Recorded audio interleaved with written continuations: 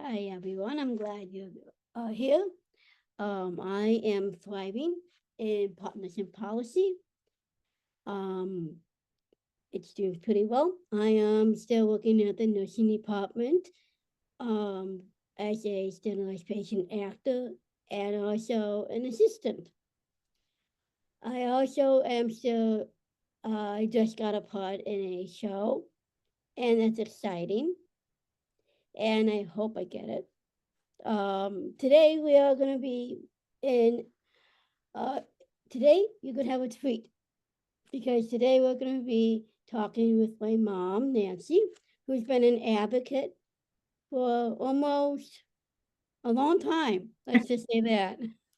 And today we're just going to get to know her and listen to her story. How did she become a strong leader as a self advocate and helping her daughter to be successful? You want to start, Mom? Sure. So today's kind of unusual because Bridget thought, well, this would be fun to have, um, her mom talking since we do inclusion advocacy all the time. And I know Family Matters is always a big inclusion advocate as well. And a lot of people that are listening are probably interested in that. So we consider ourselves inclusion advocates and we work together. But my story actually starts way long ago. It starts in like 1960 when my cousin was born with Down syndrome. And she was born in Philadelphia. And at that time, they told people who had babies with Down syndrome in the hospital, they said, go home and then put your child in a state institution and go on with your life. It's kind of like a lot of people that have, that had babies at that time heard the same story from the doctors. So that's what happened to my cousin. She went into state institution, lived there her whole life, and I never met her. When we went to go find her many years later, we found out that she had passed away, and we didn't even know that she had passed. So my first image or thought about people with disabilities was kind of about that people didn't live in the community, that they lived in state institutions. They didn't live with their families. They weren't, it was completely segregated in the most restrictive environment. And then in 1975, which was only 15 years later, I worked at one of the first community living facilities in the state of Illinois. And we included folks that were living in a state institution, and they closed that down and came and lived in a community, kind of in a downtown area in a community. And I worked there for a number of years. And it seemed like it seemed like it was a normal thing to me at that time. I was in college and I could sleep over there as an adult person and get paid. So that was really exciting. That was a great college job. But I also stayed on and did, supported the residents in a variety of ways. And I learned about community and I learned about them living in community. And it just kind of made sense to me. At 18, it made sense that people lived in a supported living arrangement in a community and they were part of that community. They shopped, they went to the library, um, they belonged to a place of worship if they wanted to. That back then it was a sheltered workshop that they went to mainly during the day, but there were some folks that were actually living kind of supported on their own nearby. And so that was my new window into what life of a person with a disability could be like. And it just so happened to be on the same year that I started there was the same year that the Public Law 94-142 was passed. And most of you probably know about that, but that was the basic law that said everybody needs to be educated, regardless of abilities, and they need to be educated in the least restrictive environment. That was the big key word, least restrictive environment. So that turned into IDEA, which we still live with today, and it still guides our educational process. So I didn't know that was happening when I was working at the community living facility, but about 11 years later, I had Bridget, and she was diagnosed with Down syndrome at birth. So when they brought her in to me, nobody ever said state institution. And it was only a very short time between Maria, my cousin, and Bridget's birth. It was really a very short time where everybody went into a state institution and then nobody even mentioned it. It was accepted for people to take their children home. About 3% of the people did not. They might not have been able to handle it, or they had foster care for families who were thinking and trying to figure it out. And we also had opportunities for people to adopt kids with Down syndrome if a family was not able to take care of them. But most people went home to their houses, as did Bridget. So it was a natural thing. In the very early years when I had Bridget, I thought really right in the beginning, I thought about the people in the community living facility that I had worked at. I thought of how they lived in their community and how they were part of the community and they blended in. I didn't think about segregation. I didn't think about isolation at that point. And I kind of thought that was the way the world was. But when we got to school, I realized that that wasn't exactly the way it was. That Bridget was suggested that she go into a restrictive environment, that she be educated in possibly another school and possibly another community, maybe not even at their home district, in a very restrictive environment. That's where people went. They went into a restrictive, self-contained environment. But in my mind, I thought right in the very beginning about inclusion. And it didn't really have too much of a word. I mean, people didn't use that word on a regular basis, but it was something that what drove me for it was very early on when somebody said, we never segregate people we value. And that has been since then my kind of my mantra. It's like I say, like it's a bumper sticker, or it's that wise phrase that you have on your refrigerator, or it's on your shirt and you wear it as a way to kind of remind you or make a statement about that. It just made so much sense to me because the only thing I wanted at that moment was that I didn't know that Bridget, she had a heart defect and she needed open heart surgery. I didn't even know she was going to make it, let alone would she talk? Would she walk? We didn't know any of that. But what I did know was that Bridget I wanted her to be valued as a full member of her community, and whatever that might look like. So when it came to school, and the options were that she go to a fully segregated classroom, I said, that's not our dream. Our dream was not for her to do that. Our dream was that she be included, that she be a part of the community, and that we make decisions based on what would she be doing if she didn't have Down syndrome or a disability. Like that would be our first thought. Like, what would she be doing if she was 5? Well, she would be going to school. She'd be going to kindergarten at her home school with her neighbors. That's what she would be doing. So we always tried to start there and figured we can always kind of cut and paste and see how it goes. I mean, these were very early years in inclusion. I think Bridget was probably one of a handful of people back then in 1990 that were a handful of kids that were really included and all over the state. And then I realized that Illinois really wasn't a star state when it came to inclusion, and we started looking outside of the state into other states in the country and looked at people had very different experiences with inclusion, but for some reason Illinois did not. It was one of the ranked one of the lower states in the country for including kids with disabilities in school.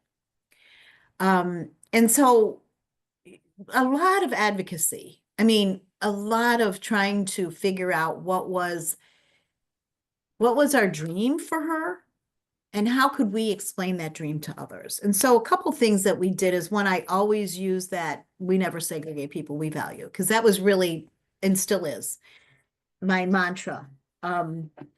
Sorry. And so it was really about convincing people to share our dreams.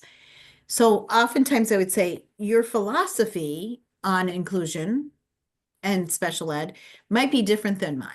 But what I'm asking you to do, and I would say that to like the sports people, is to at least honor my dream for her.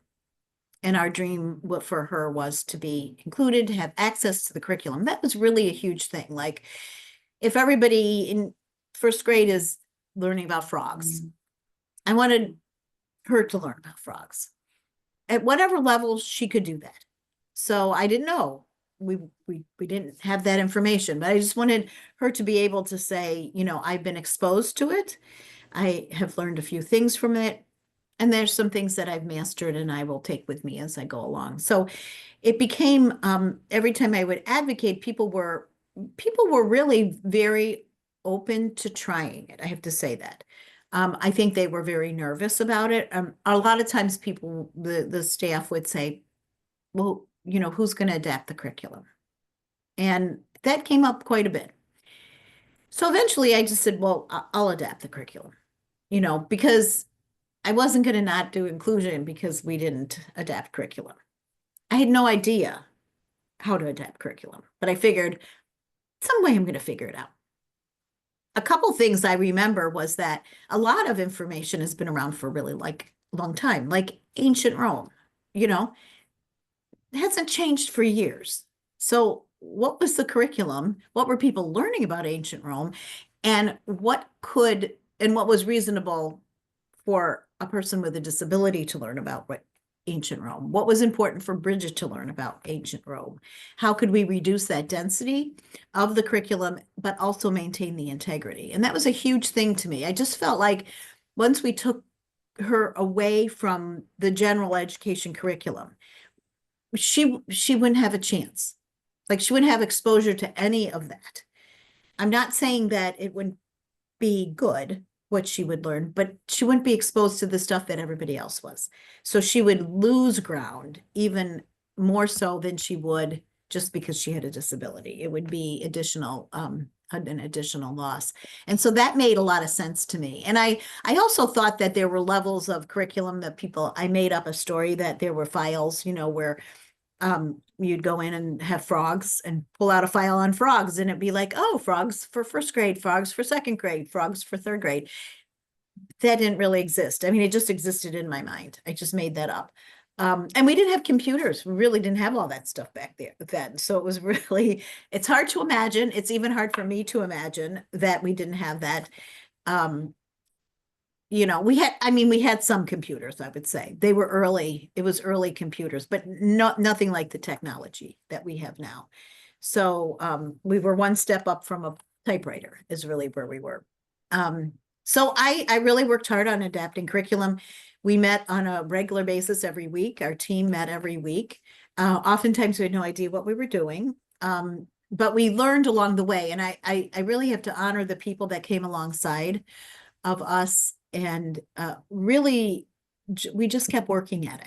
And we figured a lot of the stuff we ended up figuring out was all scientific and research based. We learned that visuals worked really well. We learned about reducing that density of the curriculum. We looked at how to preview the material ahead of time so that Bridget went in with a kind of front loaded with ideas and thoughts about the curriculum so she would be able to receive information. Learned about using graphic webs and how to design things so that they are sorted out, information is sorted out. And I figured one of the things I always figured is if everybody in school learned 3 things about everything that they were supposed to learn and took that with them, that would be a good thing. 3 things, you know, 3 of the main essential enduring concepts. So that always helped me learn how to move forward. And then we had a consultant from our special ed co-op that helped as well. Eventually, I loved adapting curriculum. And the most exciting thing is that it allowed Bridget to learn and to participate in the class. And it was just amazing. And I also thought of, when you're adapting curriculum and you're using all the tools, you also realize, or I also realized that it was going to meet the needs of other students. It was going to meet the needs of a kid that might have some organizational, some executive functioning issues. It might meet the needs of a person who might have English as a second language, or be a more visual learner, or a person who has some anxiety and gets overwhelmed, with the curriculum. So all of that was really important. Eventually, I started working for the Illinois State Board of Ed project called Project Choices. And we would go around to the state, all of the schools in the state, and consult with them to do inclusion. And we would look at inclusion data, which is educational environment data.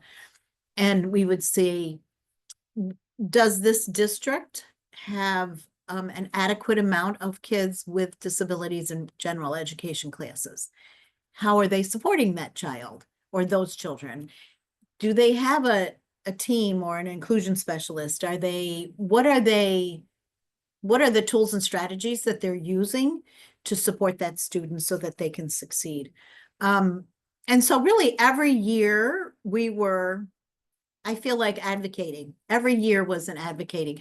And so I started to figure out how to present on behalf of her at the IEP meetings. I call it a parents review. Started very early on to start the meetings and go over what was going on, and thank people for helping and doing what they could, and thank people for their expertise, and then look at Bridget and how is Bridget learning, and what are our dreams for her, and what are her gifts and strengths. I learned about doing maps and paths, which is a person-centered planning process very early on. Went to, I think Bridget was maybe 3.5, and went to Toronto to learn that from Marcia Forrest and Jack Pierpoint. And that made all the difference in the world to me, because it helped me focus on my dreams for her. And I was really clear about what it was that I wanted for her. And so we really plowed through.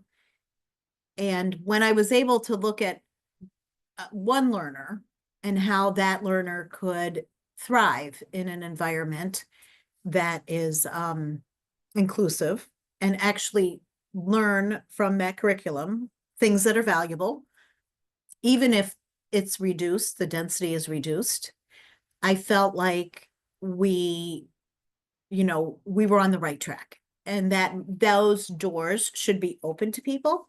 And I also realized that once we get on that journey, if we go off the journey, if we're not focused on inclusion and where we're going and access to the curriculum, and we go off that path, it's very hard to get back.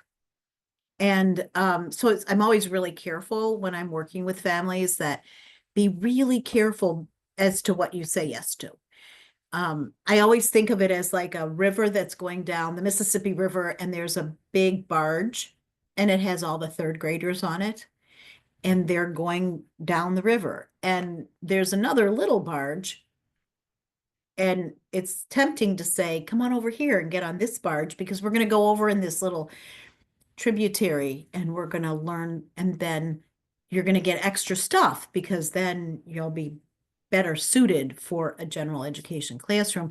And the thought is that we would be hopping right back on that other barge and joining the other kids with new tools and strategies. But what I found out, that it's really hard to get back. So you have to, I say, portage your canoe through a wetlands and try to hop on that inclusive classroom. And so I'm always really cautious with people, or I suggest people be cautious about what we say yes to and what we say no to, especially in transition times. And they are from, preschool into kindergarten is a huge transition time. And third grade, it seems like third grade and fourth grade are big transitions, because there's a difference in the curriculum. Kids are reading to learn versus learning to read.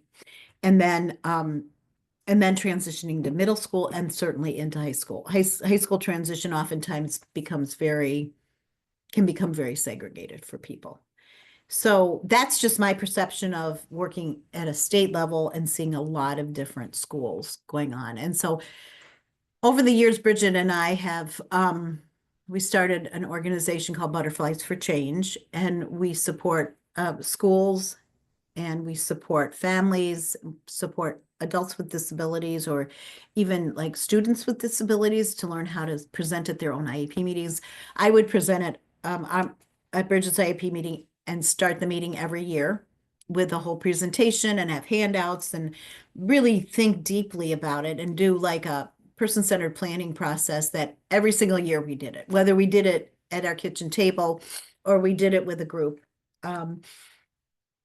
And we started the meeting. And so Bridget started presenting at her IEP meetings. I think that was really huge when she was in 8th grade. And she put together her own presentation. She started the meeting. She gave the handouts and directed her own individual education plan. These are my dreams. These are my hopes. This is where I'm successful. These are my gifts and strengths. And I think looking at it's very strength-based when you're thinking that way. And I find that I oftentimes IEPs were like toxic or they were not positive. People would call me crying the night before of an IEP meeting. Nobody wants to go. They're not, I'm not saying all of them. I'm saying that many people's experience that it was negative. When people are talking about your children, your child, and they're sitting around and there's, people are using words like maladaptive behavior and things that are like, oh, whereas starting with her gifts and strengths really raises the positivity and allows us to be, instead of deficit based, to be, have a positive bias about the possibilities and a growth mindset. And that's kind of a new term, growth mindset versus a fixed mindset, but those are terms that are very descriptive. Like we had a growth mindset, like her thinking and her brain and everything didn't stop working because she had Down syndrome. There wasn't like any research that supported that you should stop learning. You should stop learning to read when you're in 8th grade because your mind isn't capable. Well, there's no research on that. So I was really careful about looking at research and making sure when we made statements about that there was actual solid, hardcore research about the information people were sharing. And oftentimes it was like, it wasn't really valid. So, and Bridget we were able to support her all along and not just Bridget, but the goal is that whatever we learned and whatever we discovered on this journey that worked, that we would give that to other people, that we would leave that in the hands of the people who we worked with, that we would leave that in the hands of families, that we would share that with families, that we would give that to people every single step of the way was always about who's coming behind us and what would be helpful for them to learn. And how can we help people learn to advocate for their children? And how can Bridget teach other adults or students with disabilities, whether they're a kindergartner or they're going into high school or they're going into transition? How can we help whatever she learned, whatever we learned with along that journey, how can we empower people to be speaking with their own voice? And that it's about the person, it's about the student, not about the system and how the system's set up. And over the years, like I said, working in all these different schools, it's surprising how very different they are. That I can't even describe how different they are. A lot of times I'd be in a district, they'd be like, oh, we don't have any people with disabilities in our community. I'm like, well, you do, we just don't know where they are. So we would have to go find them because nobody knew. And again, going back to we never segregate people we value, I felt like, and still do, if we take people away from the world that they live in and we make them disappear, we telling the world, we are telling all the people in the community that this person has nothing to offer, that this person is a burden. They need to be put away. There's no reason why you should have a relationship or sit next to them or anything like that. I remember somebody coming up to me and saying, I don't mind Bridget being in class with my kid, but I don't want her to take resources away from my child. And I said, why don't know where that like limited resources even comes from. And this is, like I said, so you're worried, like, if she helps her turn the page in the book to make sure she's on the right page, that she will not go to Harvard? I mean, really, what are you worried about? What kind of, resources is your child going to suffer by not having if she sits next to my daughter? So it was just an interesting comment. But made me think, like, are people thinking that Bridget is sucking resources from other people, which wasn't true at all. As a matter of fact, our hope is that we were actually contributing to resources, that we were bringing resources and ideas and teaming and thinking into the school where that could be used with other kids in resource. Like I said, kids that had English language, English was their second language. They were more visual. They needed a lot of, it was just diversifying the ability to learn and to meet the needs of all those kids. So we became inclusion consultants and worked with many school districts. We did presentations and workshops, and we worked with self-advocates to help them find their voice. And now we're moving into the transition world where, people are looking for jobs, and we're working at the state level for housing and looking at how is Illinois set up in terms of housing people in a community-based setting. And we found out that we're low as a state in including people with disabilities. And we're also low in our state of creating community options for people. Actually, very low. There's only one other state in the country that has as many state institutions as Illinois does, and that's Texas. And we have 7, and I don't know how many Texas has, but we still are tied into a very segregated living options for people. And we need more community-based options. Employment's low, people are underemployed, they are with disabilities, and they are often not employed at all. So all of the stuff we learned along the way, it just comes along with us. So we looked at it in many different ways. When we were advocating in Springfield, and Bridget was 13, we stopped to see at the legislature to see the House of Representatives, and we were on the balcony seeing that. And it just so happened that when we walked in, there was a woman with a disability. She was in a wheelchair, and she was a representative's daughter. And she was talking to the House of Representatives, and you could hear a pin drop. And normally, if you go into the House of Representatives, you won't hear a pin drop. People are like, eating potato chips and stuff like that, or at least they were back then. So you kind of wonder, is anybody paying attention? What's going on here? But not then. This girl was speaking clearly about what her needs were and what her, how she was advocating for all people in the state. And we left and said, Bridget, you have a clear voice, so this is really important for you to do this. Like, for some reason, you were given a clear voice, so therefore you have a responsibility to make things different for the people that are still finding their voice.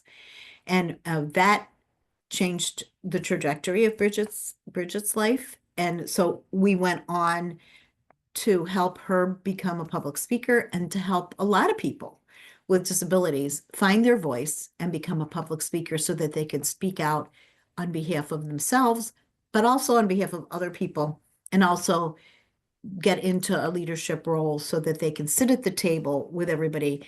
We're still advocating for that all these years later. We're still insisting that people be at the table, sit at the table with people, be there when decisions are made, be, have somebody with lived experience at the table, whether it's a legislative table or whether it's any kind of planning for people with disabilities. And we need to, I feel like we really need to assert ourselves in that way and insist on it, because it's not right to not have people there, and give people a voice. See what they think. What do they want? What works for them? And we've had, we've been doing this for, I mean, almost 40 years. So it's a long journey. And we've come a long way. And I mean, Bridget was already born, 5 years before Judy Heumann worked with the ADA. We kind of to go back pretty far, but it's been a long journey, but I there's still so much work. I guess I'll end with this. I think there's still so much work to do with inclusion. I think families need to support each other.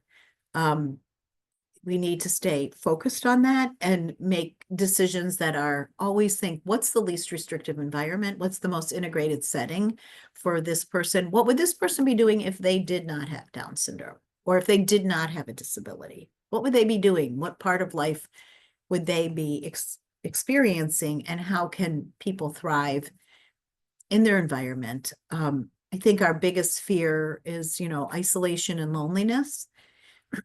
So, and that's for everybody. That's not just not for Bridget. That's for everyone. And Bridget has a lot of successful opportunities, but basically her mission, our mission, is to make the world a better place and to be an advocate for others, not just for herself, not just for me or for a few people, but that what we learn and we leave on the trail is things for other people to hop on and say, this is a possibility. And so Bridget's speeches always dwell in the possibilities, and it's like they're possibilities. Let's dwell in those possibilities and reach for the stars. And we might not make them, every dream we have isn't going to definitely come true. We don't have any magic wand when that comes to that, but we still believe in dreaming and hoping and trying things out and maybe stretching it a little bit, but coming back to the fact that our if we don't make decisions that are a little bit far out, we make dangerous assumptions about somebody's life. And they can easily, because they have kind of fragile lives, and so they can easily get sucked into something that doesn't work for them. So anyway, that's just kind of like a very short like summary of almost 40 years. So there's always more. We could do adaptations and accommodations that we think worked. We can talk about all that stuff and have folders and folders on that kind of stuff and love that. But I think if I had to talk about, I know, Bridget, you always ask, like, what advice would you give to families and individuals with disabilities? And I would say, be really clear about your dreams.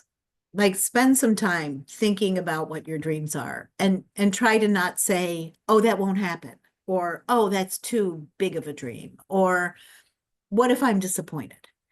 And when people say that to me, I'm like, well, we've been disappointed. We're good at that. We've survived. So we might be, when you're dreaming, you might be disappointed. Things might not work out exactly as you had thought or you had hoped. But if we don't try, then we make a decision based on our fears instead of our dreams. And we really need to plan for dreams and kind of live in that world. What might be possible? How can we support that person so they can thrive? What does that look like for them? And how can we help them live in the most integrated setting possible and have a robust life? And what does that look like for any of us? It looks like, probably a lot of us have the same dreams for our own lives, and for a healthy life is really the well-being of each individual person based on their needs, based on the supports that they need. And So anyway, thank you for taking the time to listen to me, and thanks for inviting me on, Bridget. You're welcome. Thank you, Mom, for coming on.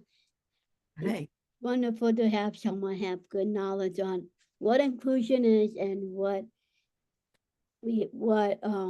refresh our brain on what the inclusion might be. So Mhm. tuned in for the next person I'll interview. Thank you, Mom, for coming. I hope that you all have a great spring break and have a really great April. Thank you. Hey, thank you so much.